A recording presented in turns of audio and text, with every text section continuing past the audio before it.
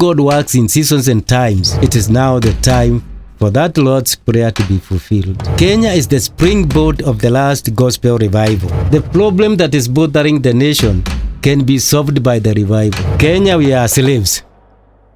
We are not independent. When it comes to prophecy, it is the power of God. It is the message of God.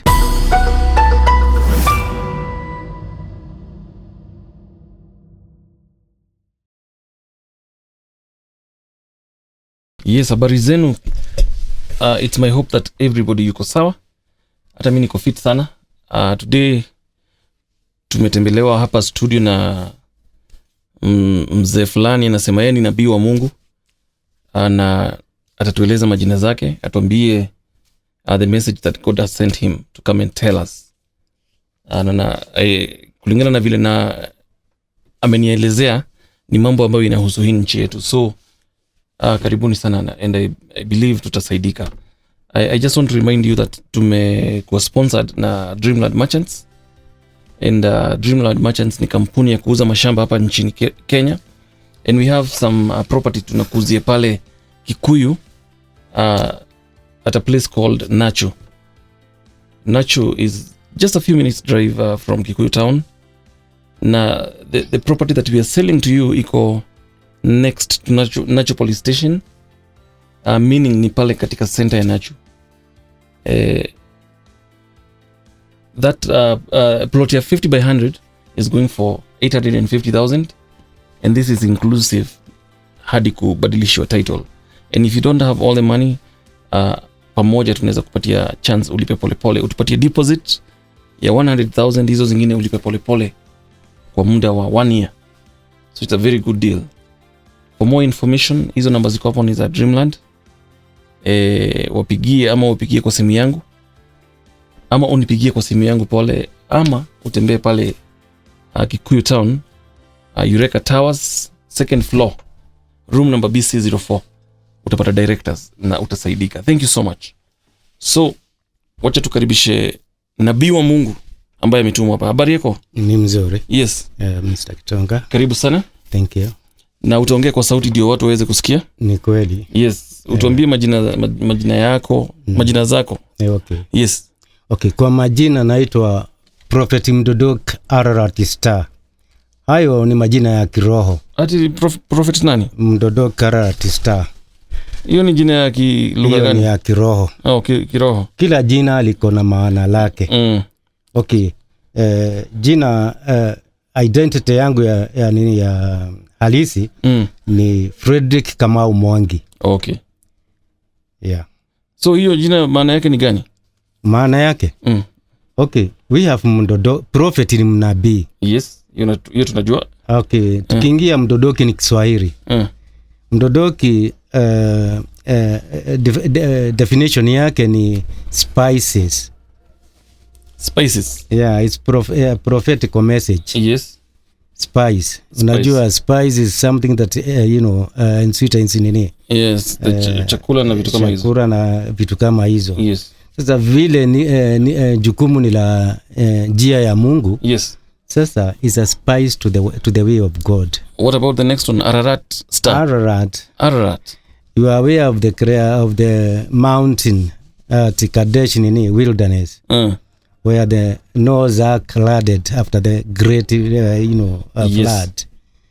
That is the mountain. Okay. Yeah, it has a relationship with the work I'm doing. Okay. Yeah. Na star ni ile tu ya kawaida ile. Star ni ile ya kawaida. Nyota. Ama destiny. Nyota. Yeah. Okay, karibu sana. Thank you very much. Yes. Umesema wewe ni nabii. I'm a prophet. Na sasa sisi kabla tuanze, kuna yale maneno mimi upenda mtu akijisomea ili yale maneno utakuja kusema ni kweli isiwe imetoka kwako. Unajua nabii anatumwa na Mungu. Ni hutumwa na Mungu. Yes. Yeah. Unaweza jisomea hii unaweza ona hii light? I can see it. Okay.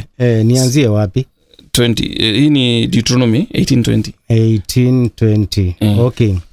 Lakini nabii yeyote atakayesema kwa jina la miungu mingine au atakayejaribu kusema neno kwa jina langu hali mimi sikumwambia aseme huyo nabii atakufa.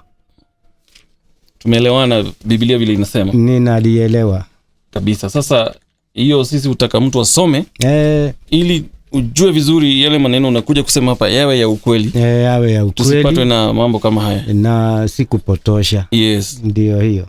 Karibu sana. Sasa umetumwa nini na Mungu utuletee leo? Okay.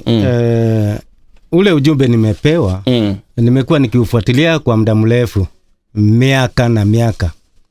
Nilitoka kwetu reserve, Kirinyaga County for the last 20 years. That was 30th January 2006. That was the reign of Mr. Kibaki.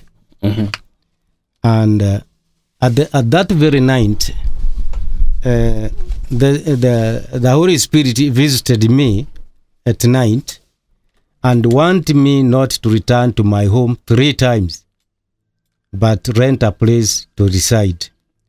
So I had to obey. Up to this time, I have never stepped into my home compound in the local area.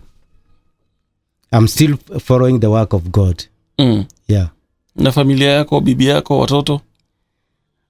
When God said to you, what you leave, you have left with God.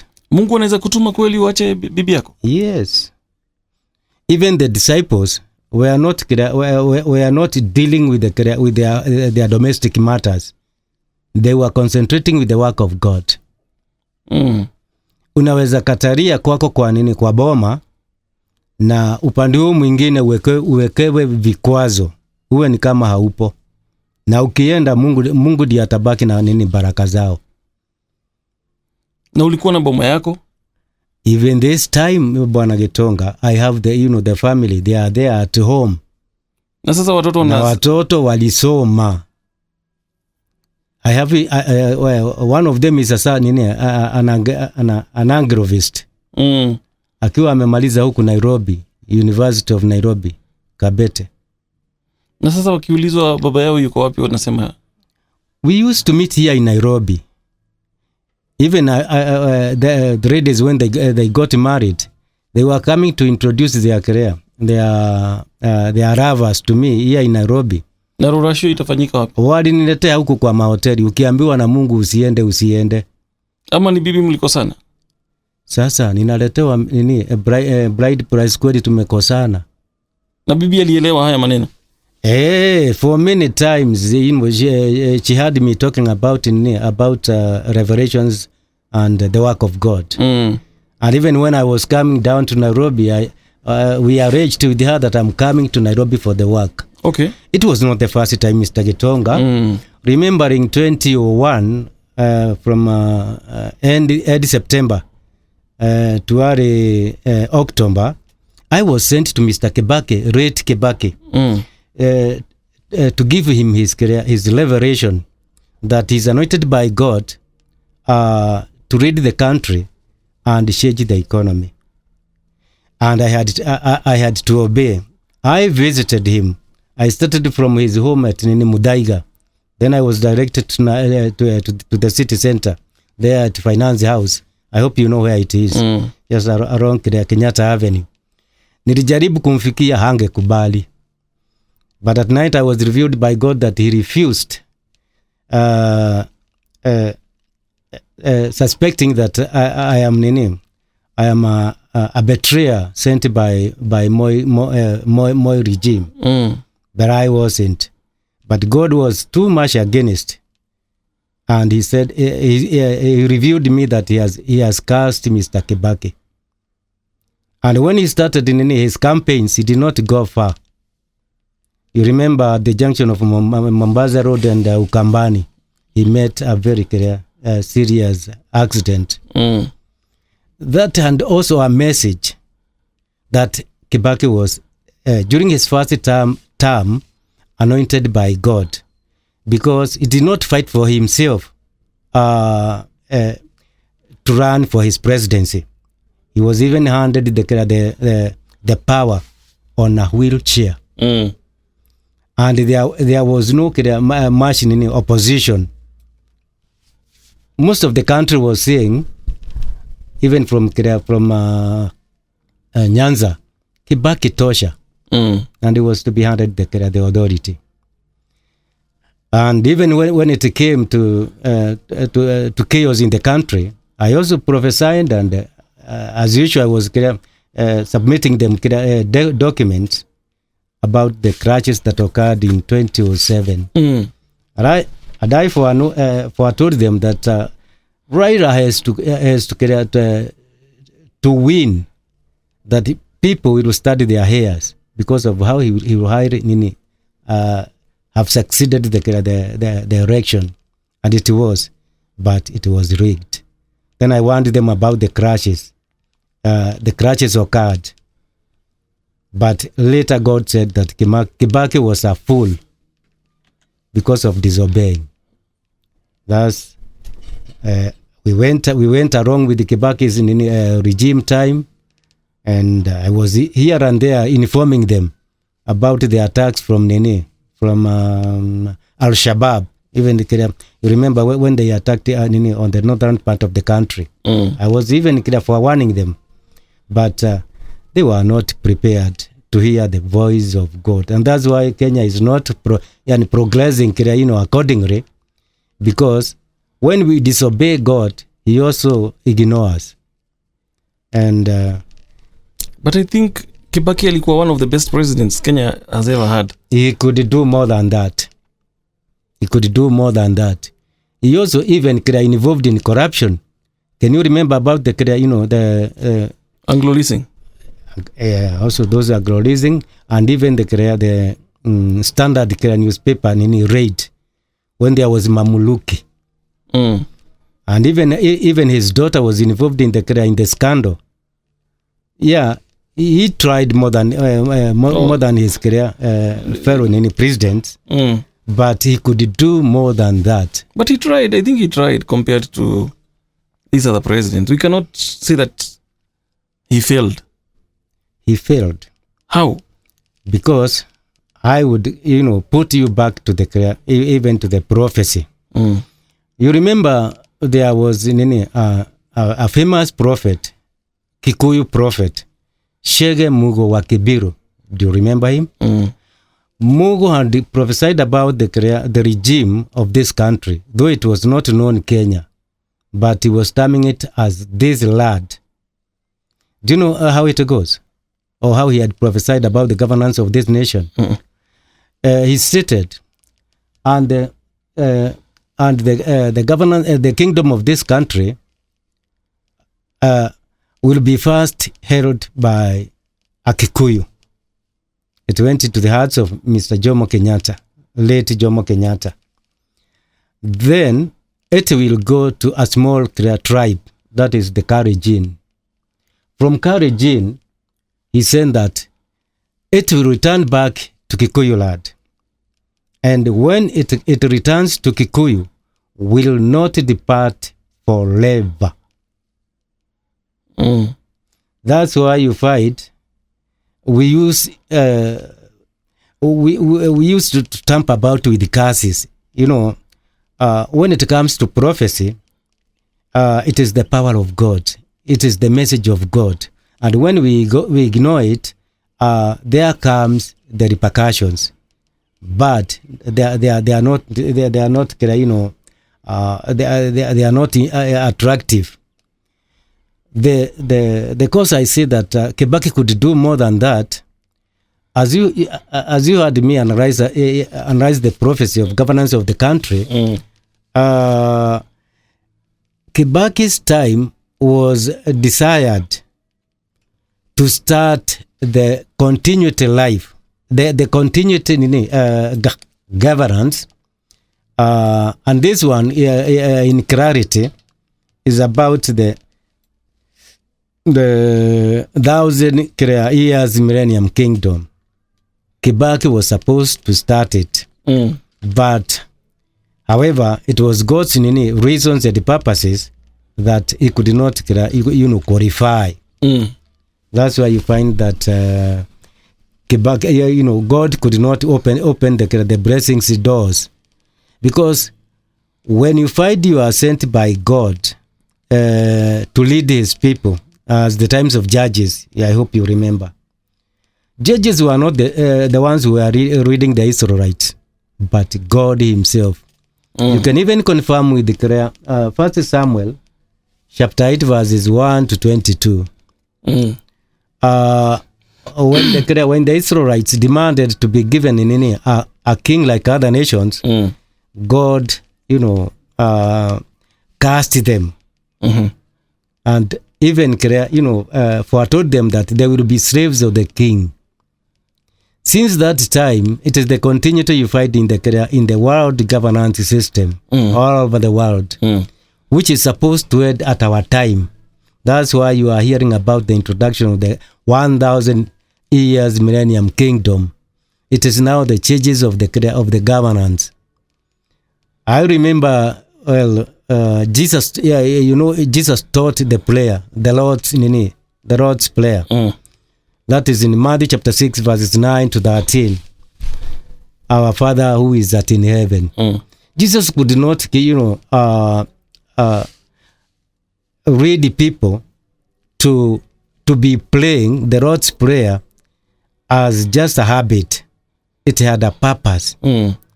And a matter that had to be fulfilled by God, to be granted. Now, since God works in seasons and times, it is now the time for that Lord's prayer to be fulfilled. The kingdom to come here on earth and do as it does in heaven. Now, this is what you find now being handled within the social media and wherever in different manners. Unapata huyo anaongea kivyake, yule mwingine kivyake, manusu ameongea sababa kulingana na ilivyo, nusu anapotoka.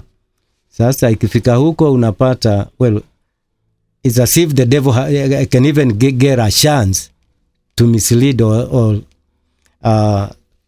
tamper with the matter.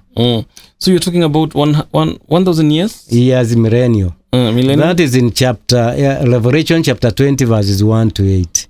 Yeah. So what happens within that 1,000 years? What will happen? Christ promised during that time to change the seasons and the times, so that the world governance to be abolished and replaced by the 1,000 millennial kingdom. Christ through with his saints and his servants. That's what we are heading to. And since it is against the devil, Satan is very active to see that this thing is meddled with. But when God declares a matter, he has power to fulfill it. So you mean every governance will be abolished? The world system. The world system. Yeah, governance. Like in our country, the government will be abolished. Starting from this nation, Mr. Gitonga, to the extremities of the world. Even the nations are aware about it. Which nations? Abroad, foreign nations, Wazungu, Wamarekani, they are believers there. But I saw America doing elections just the other day. Yeah. Wangejisumbua kama kungekuwa na kitu kama hii. Yeah, now they have a right to do it. Because Kenya is the springboard of the last gospel revival. And Kenya had been returned to start this gospel. Had it been started, God's power could have been spread all over the nations and to focus the changes that has come about. Because there is that authority, there is that mandate from God. If you can read Isaiah chapter 18 verses 1 to 4, God declared and gave message to the world, saying, "You inhabitants of the world, when the flag will be raised on the mountain, see to it. When the trumpet will be blown, hear it." That's a command to the nations. And that's why you find this time in Kenya, whatever is done or said in Kenya, the nations imitate. If we say Ruto must go, napata ni wimbo kwa nini kwa mataifa. Ruto must go, hata Waarabu. Unaona? It is not their wish, but according to the authority that was declared by God. On behalf of his purpose of the last gospel revival. So when this revival will start, it will be incorporated with God's power. It is not a carnality matter. Human beings cannot do it on their own. Even the pastors we have, our pastors are just in a religion. Religion, is men's traditions and their doctrines, and they have no spirit. Because the secret, whenever you fight divisions, the Holy Spirit or the Spirit of God departs. God, even if you can remember Matthew 18 verse 18 to 19, where 2 or 3 are together in my name, I'm amidst them. Kwa sababu God wants, unique. And he wants, even the last prayer of Jesus Christ in John chapter 17, around 20 to 24, prayed that God to help his disciples and those who will run from his disciples to believe in his name and to be united as one, so that the world may know it's God who sent Jesus in the world. So the big requirement is for the faith to be united. Without unity, like the religion has no mandate to spread the last gospel. And this have important significance, Mr. Gitonga. The problem that is bothering the nation can be solved by the revival. If you can read Nahum chapter 2 verses 6 to 9, gold and silver are mine, and I will assemble them into my house, that there will be food to eat. So when Kenya becomes the springboard of the last gospel revival, the altar is in this nation. Get Isaiah chapter 19, around verse 19 there. You'll see that the altar is in this nation, the altar to the Lord. And when God anoints somebody or a nation, he doesn't reverse. You get in this one, Romans chapter 11 verse 29. Gifts and calls of God are irrevocable. Mungu akikuita habadiriki. That's why you get Mr. Jonah in Jonah chapter 1, when he was called from Israel to go and preach in Nineveh, trying to divert the route. He had to be forced and swallowed by the fish, big fish, and vomited to Nineveh. God's work is important and promisable. If he sets you, the important matter is that he will fulfill what he has sent to you. Jonah preached only 3 days in Nineveh, and it was a big city. They all repented, even their king. Yeah, and God forgave them. True. So that's why I still cling on the faith and the hope that God will do it. But in this nation, we have a problem of lack of understanding. God do not deal with the slaves. You remember when the Israelites were captives in Babylon? Yes. The locals of the country or the nation asked them to sing for them the songs that they sang to their Lord when they were not captives. Remember what they told them? They won't sing in a foreign land. And they had to hang their musical instruments up on the trees. They didn't. Go back to Egypt. That is Psalms chapter 137 verses 1 to 4. Go to Egypt. When the Israelites were captivated for 430 years in Egypt, and God had their grievances. He descended from heaven to Mount Sinai, where he had to send Moses. Moses was sent, and when he was disturbed, how Pharaoh would reason him, God advised him and told him, go and ask permission from Pharaoh to allow the Israelite children 3 days break. They go in the wilderness to praise and worship me.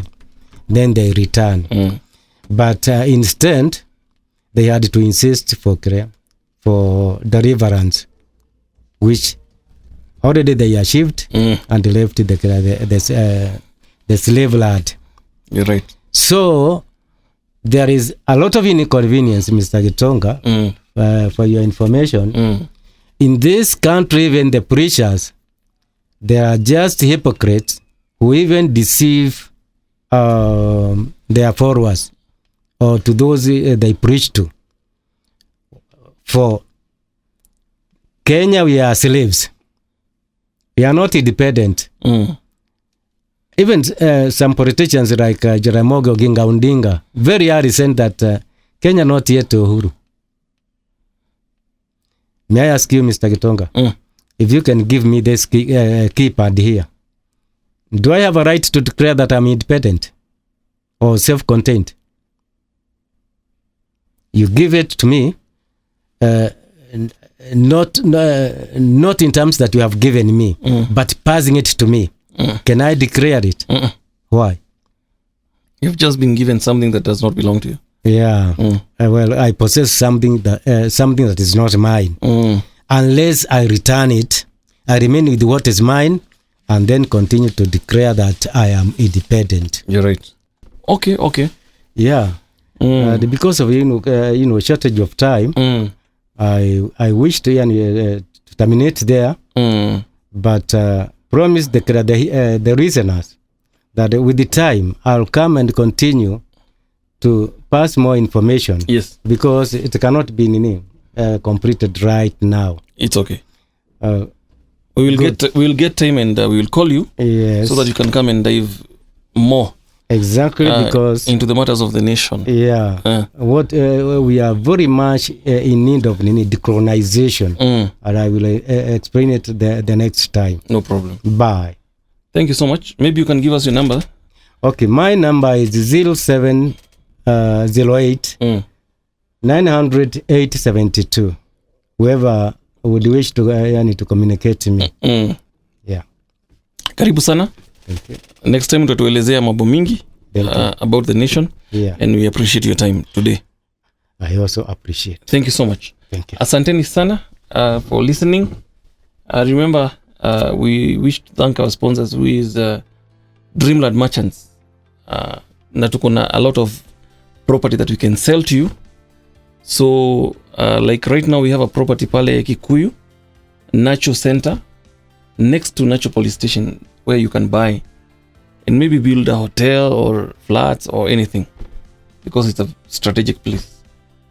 And 50 by 100 plot is going for 850,000, and this money is inclusive mpaka kubadilishiwa title ikuwe kwa jina yako. If you don't have the money, if you don't have all the money pamoja, give us a deposit of 100,000 and you pay the rest pole pole kwa muda wa 1 whole year. For more information, hizo namba ziko hapo ni za Dreamland, wapigie ama unipigie mimi kwa namba yangu, ama utembee pale Kikuyu Town, Eureka Towers 2nd floor, room number BC04. Utapata directors na utasaidika. Thank you so much and see you next time. God bless and keep you. Thank you. Bye.